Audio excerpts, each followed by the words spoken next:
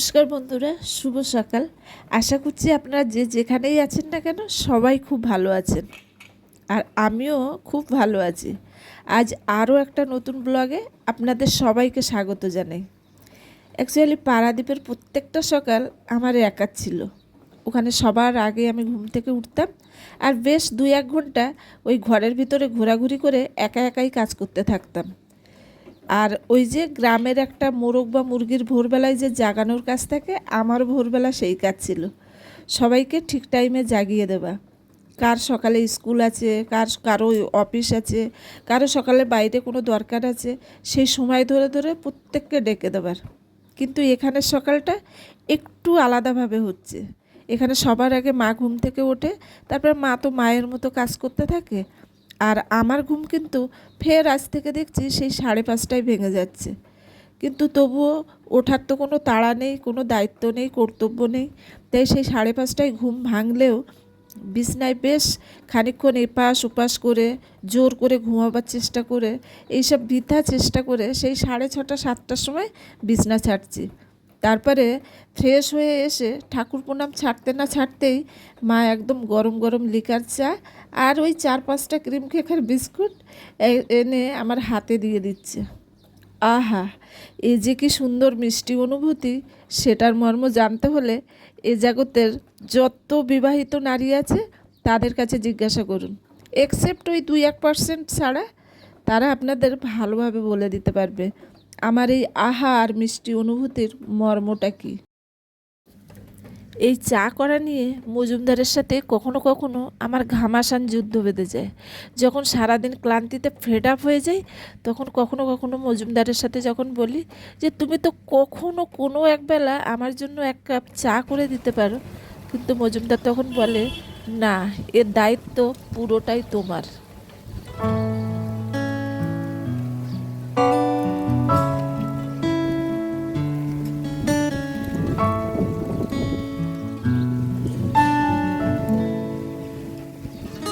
সকালে যখন ঘুম থেকে উঠলাম তখন দেখলাম বৃষ্টি হচ্ছে না। ভাবলাম আজকে ওয়েদারটা বোধহয় ঠিক হয়ে গেল, কিন্তু কিছুক্ষণ পরে দেখলাম কিছুক্ষণ বাদে বাদে মুষলধারে বৃষ্টি হচ্ছে, আবার থেমে যাচ্ছে। এখানে দেখুন কিছু কাতলা মাছের পিস ভেজে নিয়েছি। তো আজকে আমি এখন কাতলা মাছ কচু আর আলু দিয়ে বানাবো।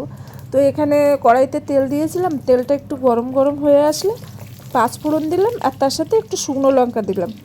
বেশ ফোড়নটা আর শুকনো লঙ্কাটা ভেজে বেশ যখন সুন্দর একটা অ্যারোমা বেরোচ্ছিল, তখন কিন্তু এর ভিতরে কয়েকটা রসুন আমি থেতো করে দিয়ে দিলাম।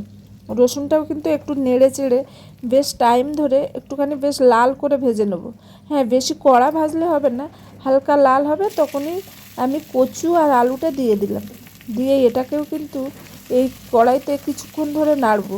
আর এখন একটু ফ্লেমটা জোরে দিয়ে, মানে কচু আলুর যে জলটা আছে সেটা যাতে ড্রাই হয়ে যায়, তার জন্য বেশ কিছুক্ষণ নাড়াচাড়া করব। আর এদিকে না প্রিয়া ঘুম থেকে উঠে গেছে, তো তার জন্য প্রিয়ার জন্য একটুখানি ম্যাগি বসিয়েছি। আর দেখুন আমি মশলা দেবো, এখানে শুধু স্বাদ অনুযায়ী লবণ নিয়েছি, 1/2 টেবিল চামচ হলুদ, একটু 1/2 টেবিল চামচ লঙ্কার গুঁড়ো, আর 1/2 টেবিল চামচ জিরা, আর 1/2 টেবিল চামচ গোলমরিচ। 1/2 টেবিল চামচেরও কম নিয়েছি গোলমরিচ। তো এটাকে জলে গুলে সুন্দর একটা পেস্ট বানিয়ে রেখে দেবো। যতক্ষণ ওটা ভাজা ভাজা হচ্ছে ততক্ষণ এটা বেশ জলে ভিজতে থাকলে ভালো লাগবে মশলাটা। তো এখানে দেখুন এটা কিন্তু বেশ ভাজা ভাজা হয়ে এসেছে। বেশ কিছুক্ষণ হাই ফ্লেমে আমি এটাকে নেড়ে চেড়ে নিয়েছি। এখন যে মশলাটা আমি গুলে রেখেছিলাম সেই মশলাটা কচু আলুর মধ্যে দিয়ে দিলাম।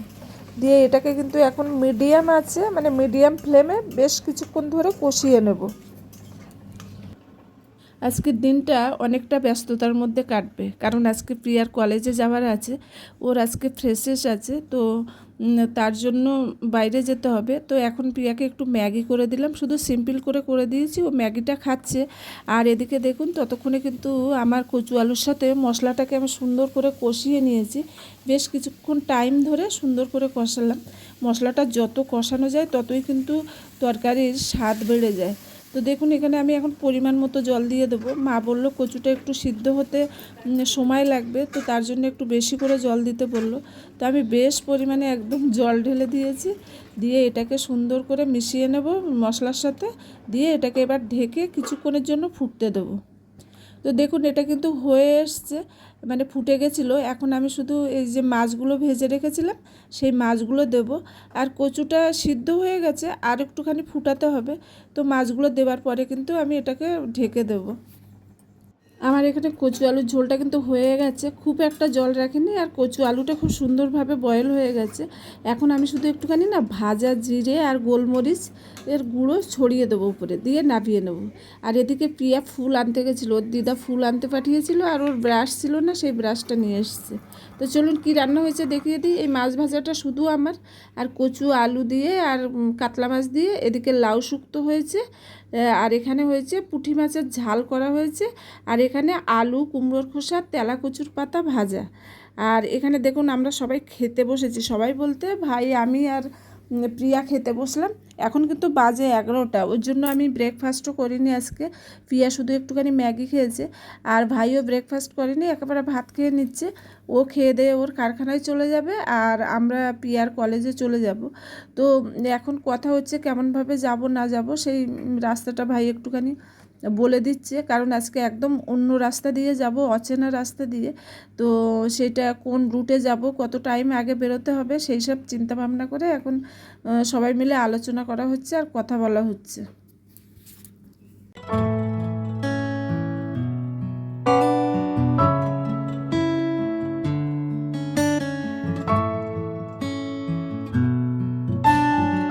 খাওয়া শেষ হতেই প্রিয়াকে খুব তাড়া দিলাম, দিয়ে ওকে রেডি করালাম। কারণ সত্যি কথা বলতে কি, প্রিয়া আর আমি যাব, আর আজকে যে রোডটা দিয়ে, মানে যে রুটটা দিয়ে যাব, সেটা আমার কাছে একদম অজানা। তো এই কতটা টাইম লাগবে সেটা তো জানা নেই, কিন্তু কলেজে যাওয়ার নির্দিষ্ট টাইম আছে, মানে 2টোর সময় যেতে বলেছে। তো তার আগেই পৌঁছাতে হবে। তো দুজনে বেরিয়ে পড়লাম রেডি হয়ে। এই হয়েছে আমাদের ঝামেলা, জানেন তো। যখন বেশি রোদ্দুর থাকে ভাবি বৃষ্টি হচ্ছে না কেন, যখন বেশি গরম থাকে ভাবি ঠান্ডা হচ্ছে না কেন, যখন বেশি ঠান্ডা হয় তখন ভাবি গরম হচ্ছে না কেন। মানে কোনো কিছুতেই আমরা কোনো দিন শান্তিতে থাকি না। তবে সকাল থেকে যখন বৃষ্টি হচ্ছিল মুষলধারে, তখন কিন্তু একটুখানি আমি খুব চিন্তায় ছিলাম যে যখন বেরোবো তখন যদি বৃষ্টি হয়, তাহলে কিন্তু একদম ন্যাচাকার অবস্থা হয়ে যাবে, ভিজে ভিজে সমস্ত করতে হবে। ছাতা থাকলেও এই যা বৃষ্টি, তাতে ছাতায় জল মানায় না একদমই। তো যাই হোক, বেরোবার সময় দেখলাম বেশ বৃষ্টিটা থেমে গেছে। বেরোবার সময় না, 10টার দিক থেকে বৃষ্টিটা বন্ধ হয়ে গেছে। তো এখন তো আর বৃষ্টি হচ্ছে না, তবে খুব মেঘ হয়ে আছে, বৃষ্টিটা যখন তখন চলে আসতে পারে। আর বাস স্ট্যান্ডে এসে দাঁড়িয়ে পড়লাম বাসের অপেক্ষায়। আর এইখানে না খুব বড় একটা সুন্দর লোকনাথ বাবার মন্দির আছে। আমি এর আগে একবার গেছি, কিন্তু এখন তো আর যাওয়ার সময় নেই, তাই বাইরে থেকে প্রণাম করে নিলাম। আর একদিন অবশ্যই লোকনাথ বাবার মন্দিরে যাব, আর আপনাদের সাথে শেয়ার করব। আর বাসটা আসতেই বাসে উঠে পড়েছি। তবে এই বাসটা তো বেশি দূর যাওয়া হবে না, তবুও বসার জায়গা পেয়েছি, তত একটা অসুবিধা হয়নি, ভিড়ও মোটামুটি কম ছিল।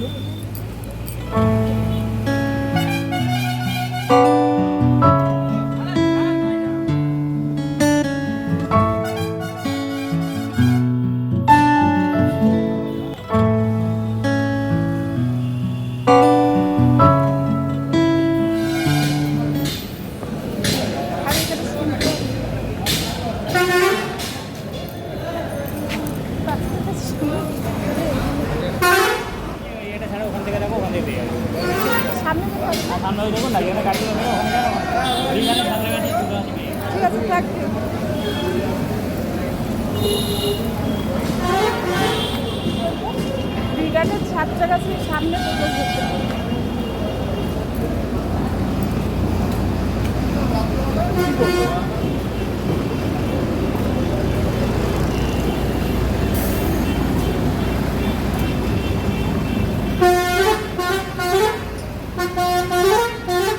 সাতটাগাছি তো এটা ছেড়ে দিচ্ছি।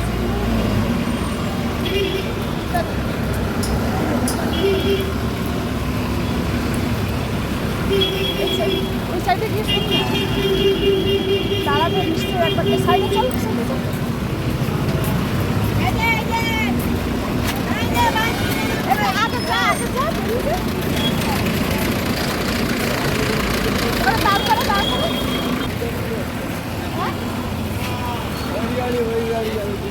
এটা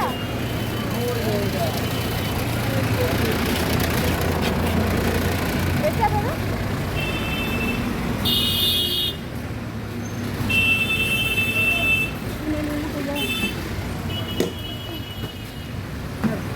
আচ্ছা ভাই, একটা মানে এটা কি বি গার্ডেনে যাবে বাসটা? হ্যাঁ, বি গার্ডেনে যাবে? না, এটা বি গার্ডেন, হ্যাঁ যাবে। সেক্টর 5। ঠিক আছে, থ্যাংক ইউ। এটা একটু ছাড়বে? হ্যাঁ, হালকা পাতলা লোগো আছে। আমাদের এই পরিস্থিতি দেখে হয়তো আপনারা হাসছেন না, ভাবছেন কেমন বোকা, একটা বাস খুঁজতে নাজাহাল। আরও তো সব ভিডিওটা শ্যুট করিনি, দেখলে তো আরও হাসতেন। তাহলে শুনুন, আমি আমার গল্পটা আপনাদের সাথে শেয়ার করি। আমি একজন গ্রামের মেয়ে। হয়তো ভাবছেন গ্রামের মেয়ে তো কী হয়েছে, অনেক গ্রামের মেয়ে শহরে এসে কাঁপিয়ে দাপিয়ে বেড়াচ্ছে। আসলে সেটা আমিও তো জানি, কিন্তু কি ব্যাপার জানেন, আমি গ্রাম থেকে বিয়ের আগে বেরিয়েছি বলতে ওই 1-2বার দিদির বাড়ি এসেছি আর মামার বাড়ি এসেছি, তাও আবার কারুর পিছনে পিছনে, কারুর সাথে সাথে করে এসেছি, একা কোনো দিন চলিনি। তারপর বিয়ে হয়ে গেল। বিয়ে হতেই 20 দিনের মাথায় মজুমদার গেল তার কাজে, আর আমি থেকে গেলাম সংসারে আমার শ্বশুরবাড়িতে। আর তার কিছুদিন পরেই আমি কনসিভ করেছি, যার জন্য আমার কোথাও কোনো দিন আমি বেরোতে পারিনি। ওই আমার জায়েদের সাথে হাটে বাজারে না স্টেশনে এইরকম গেছি, তার বেশি কোথাও যাইনি। আর মজুমদার যখন আসতো তখন ওই মজুমদারের সাথে বাবার কাছে যেতাম, ব্যাস এই হচ্ছে আমার চলাফেরা। তারপরে তো পিয়ার 1 বছর হতেই আমি পারাদ্বীপ চলে আসি, আর পারাদ্বীপেই থাকতে থাকি একটা টাউনশিপের মধ্যে বন্দি জায়গায়। আমি সেইভাবে কোথাও যাইনি, আর গেলেও কোনো দিন একা যাইনি, হয় মজুমদারের পিছনে নাই মজুমদারের সাথে। তো যাই হোক, এইভাবেই তো দিন কাটছিল। একদিন হঠাৎ করে যখন মজুমদারের শরীর খারাপ হলো, তখন যেন আমি অথই জলে পড়ে গেলাম।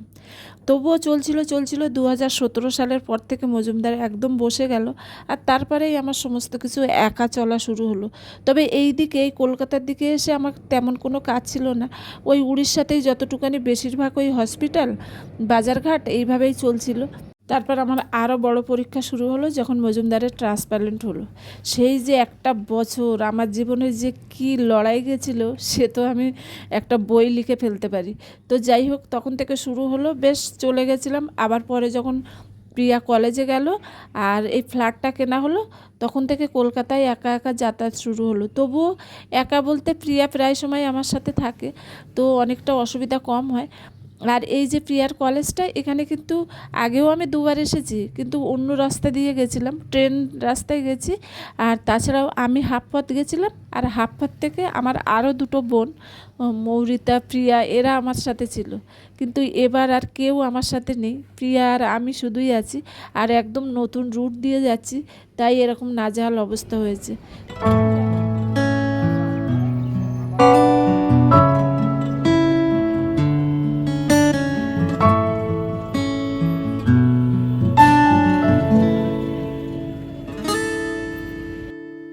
হয়তো ভাবছেন যে যে চেনা রাস্তায় গেছিলাম সেই রাস্তায় না গিয়ে আজকে নতুন কোনো একটা রুট কেন বেছে নিলাম। অ্যাকচুয়ালি আমি চাইছি প্রিয়াকে সমস্ত রুটগুলোকে চিনিয়ে দিতে, কারণ প্রিয়া তো এতদিন একটা অন্য জায়গায় থেকে এসেছে, যেখানে ওর বলতে গেলে একটা ধরা বাঁধা জায়গার মধ্যে থাকতো। ছোটোর থেকে বড় হয়েছে একটা টাউনশিপের ভিতরে, আর তারপরে গ্রাজুয়েশন যে করেছে একদম হোস্টেলেই থাকতো, ও 3 বছর হোস্টেলে ছিল। আর এখন এখানে এসে তো পুরো একদম বাড়ির থেকে অনেকটা রাস্তা ওকে ট্রাভেল করতে হবে। তাই সুবিধা অসুবিধায় যদি ট্রেনেও কোনো অসুবিধা হয়, তাহলে যেন বাস রাস্তায় চলে আসতে পারে, সেই ভেবে ওকে সব রুটগুলোকে একবার চিনিয়ে দেওয়ার চেষ্টা করছি, যার জন্য আজকে নতুন করে এই রুটটা ধরে নিয়ে যাচ্ছি।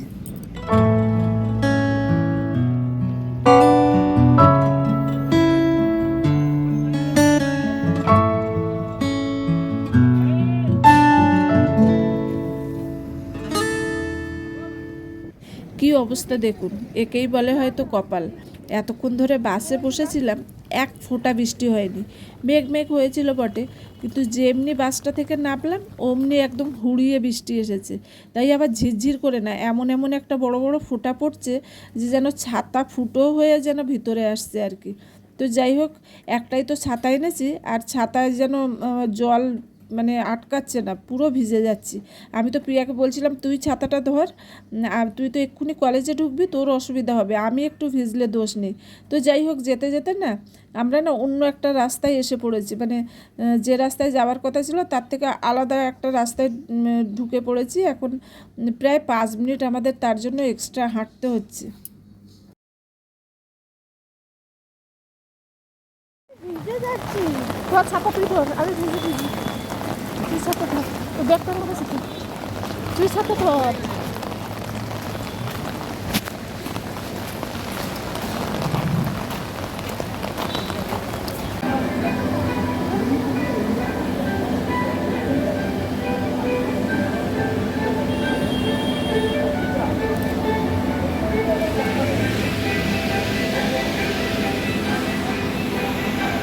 দুটোর সময় কলেজে আসার টাইম দিয়েছিল, আর আমাদের কলেজে ঢুকতে ঢুকতে 2:03 হয়ে গেছে। তো আসতেই না একদম গেট থেকে প্রিয়ার হাতে একটা ব্যান্ড বেঁধে দিল, কাগজের ব্যান্ড বেঁধে ওকে বলল তুমি 10তলায় চলে যাও লিফটে করে, আর আমাকে বলল গার্জিয়ানের জন্য আলাদা জায়গা আছে, ওখানে গিয়ে বসুন, আর ওখানে স্ন্যাক্স চা এসবের ব্যবস্থা আছে, ওখানে গিয়ে আপনারা ওয়েট করুন। তা আমি তো এসে এখানে বসে পড়েছিলাম। আমি এসে দেখি এখানে অনেক গার্জিয়ান বসেছিল। তো একদিক থেকে নিশ্চিন্ত হয়েছিলাম, কেন বলুন তো, কারণ আমি আস্তে আস্তে ভাবছিলাম যে আমি তো সাথে করে যাচ্ছি, আমি ওখানে গিয়ে কোথায় বসবো কোথায় থাকবো। তো যাই হোক, অনেকক্ষণ বসে থাকলাম, আর এসে দেখলাম অনেক গার্জিয়ানরাও বসেছিল।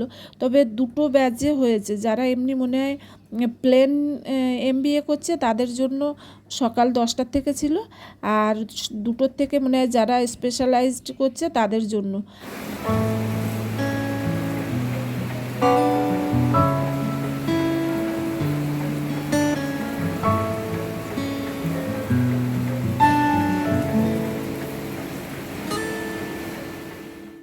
বসে থাকতে থাকতেই না মাঝে মাঝে একদম মুষলধারে বৃষ্টি আসছে, আর ভিজে ভিজে যাওয়া হচ্ছে। তো আমি আর কতক্ষণ একা একা বসে থাকি। 2-1জন গার্জিয়ান এখন আছে, তাদের সঙ্গে মাঝে মাঝে গল্প করছি, তারাও উঠে উঠে এধার ওধার করছে, আর আমি আবার উঠে গিয়ে একটুখানি ঠান্ডা নিয়ে চলে আসলাম। কারণ একা একা বসার থেকে একটুখানি খেতে খেতে সময় পাস করাটা অনেকটা বেটার। এখানে একটা বড় স্ক্রিন দিয়ে দিয়েছে, মানে একটা টিভি দিয়ে দিয়েছে, যেখানে এই কলেজের সমস্ত প্রোগ্রামগুলো দেখাচ্ছে, আর আমি এখন কিন্তু সেটাই আপনাদের শুধু দেখাবার চেষ্টা করছি। সেই 2:05 স্কুলেও ভিতরে চলে গেছিলো, আর আমি বাইরে বসেছিলাম, আর সেইখান থেকে এখন প্রায় 5:45 বাজে, ও এখন বেরোলো। আর বেশ একটা বড় সড়ো ব্যাগ দিয়েছে, এবং ব্যাগটা বেশ ভারী, ওর ভিতরে কী আছে আমি এখনও জানি না, দেখিওনি। আর তার সাথে সাথে ওদের লাঞ্চের ব্যবস্থা ছিল, তো সেই প্যাকেট করে দিয়েছে, তো সবাই বসে ওখানে খাচ্ছে, ও আর খেলো না। অ্যাকচুয়ালি জানেন তো, এইসব কলেজে ভর্তি হতে গেলে কারো না কারোর আন্ডারে ভর্তি হতে হয়। তো সেই যার আন্ডারে প্রিয়া ভর্তি হয়েছিল সে ফোন করেছিল যে একবার দেখা করে যেতে, তাই আমি আবার প্রিয়া আর আমি উপরে চলে আসলাম। তো তার সাথে দেখা করলাম, বেশ মিনিট 15 ধরে তার সাথে কথাও হলো, আর তারপরে আমরা বাইরে বেরিয়ে আসছি।